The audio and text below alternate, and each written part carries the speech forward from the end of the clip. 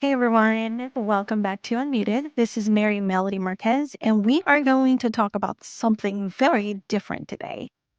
We're actually going to talk about SB19 song Visa, but specifically the cultural barrier it represents.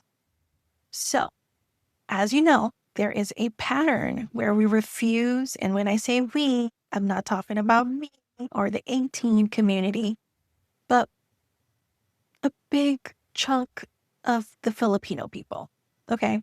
So I should probably just say they. They refuse to acknowledge Filipino talent until it has been validated by a foreign market. Why is that? We saw it with Beanie at Coachella, and we see it constantly with SB19. If you only support once they hit a US stage, you're not a fan. You're just waiting for permission to be proud. So a lot of you know, well, maybe not a lot.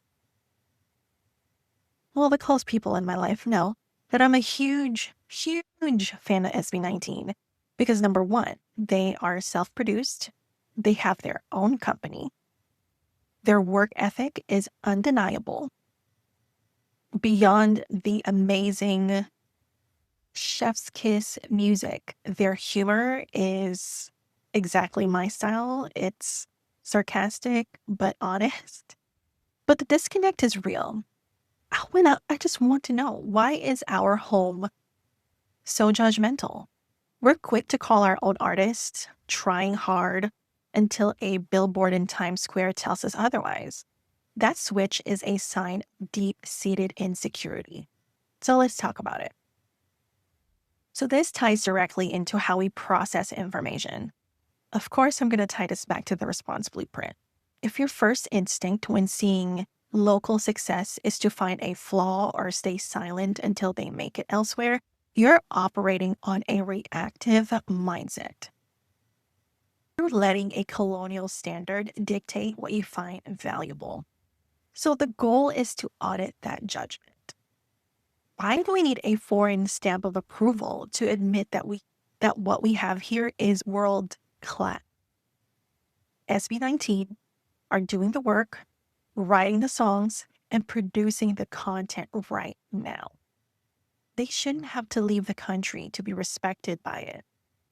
So let's talk about the bashers and the backhanded compliments. I've seen this all over YouTube, TikTok, Instagram, you name it. And I'm sure you've seen it in the comment section too. Someone who watches a world-class performance, like the Akon performance, and they start their sentence with, "I'm not a fan, but..." Why the disclaimer? It's a defense mechanism. It's an admission of insecurity. By saying I'm not a fan, they're saying to protect their cool status, as if liking something local or something P-pop is beneath them. They've found something objectively good, but they're so afraid of being judged by their peers that they have to distance themselves from the art before they praise it. And this is the Marites culture at its worst. We are so busy trying to look discerning that we become professional critics of a hustle we couldn't handle ourselves. We wait for a foreign visa to tell us it's okay to like our own people.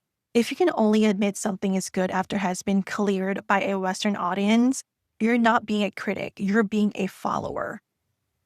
Please stop being a critic of the hustle and start acknowledging the skill while it's in front of you. You don't need a foreign visa to validate your own culture. Support the work because it's good, not because a foreign audience finally noticed it.